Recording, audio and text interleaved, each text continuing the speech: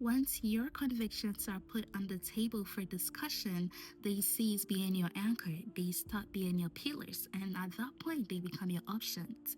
And why is that? Because voices have been introduced in that season, in that section of your life, when they did not necessarily need to be introduced. And this is a principle we see in the Bible, in the beginning, in the book of Genesis. Actually, to be much more precise, we saw it in the Garden of Eden when the serpent came in there. What happened at that moment was that he did not necessarily directly challenge God's authority. Do you know what we saw? He said, let's discuss what God said. At that point, what God had instructed, the instruction he had left to Adam, had been placed on the table for a dialogue, for a conversation.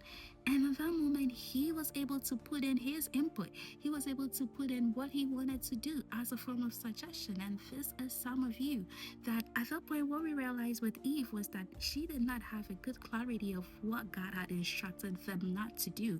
What she had was probably a paraphrase version, a rephrase version, because she began to soften it by saying, "Lest you die," but God said, "You shall surely die." She said, God said, "We should not eat of it nor touch it," but God never said, "Do not touch it." You see the difference right here? And so, do not place your conviction on the table for discussion.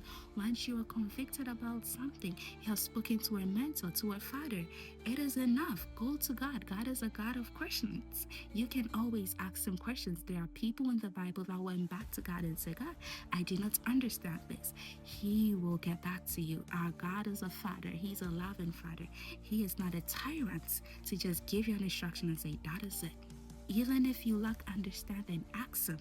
He will provide you with that understanding. And stick to your convictions.